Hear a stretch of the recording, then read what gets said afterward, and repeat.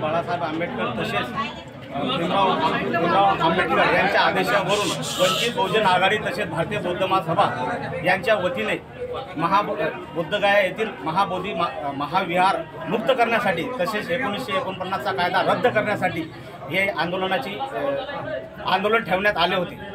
या आंदोलनाचं निवेदन आम्ही एसडीओ साहेबांकडे दिलेलं आहे आणि त्याच्यानंतर आता पुढची प्रक्रिया करतो। काय मागणी काय तुमची आंदोलनाच्या आमची मागणी एकच आहे, महाबोधी महाविहार बुद्धगया येथील महाबोधी महाविहार जे ब्राह्मणाच्या ताब्यात आहे ते मुक्त करण्यात यावे, ते बौद्ध भिक्षूच्या ताब्यात देण्यात यावे, हेच आमची प्रमुख मागणी आहे।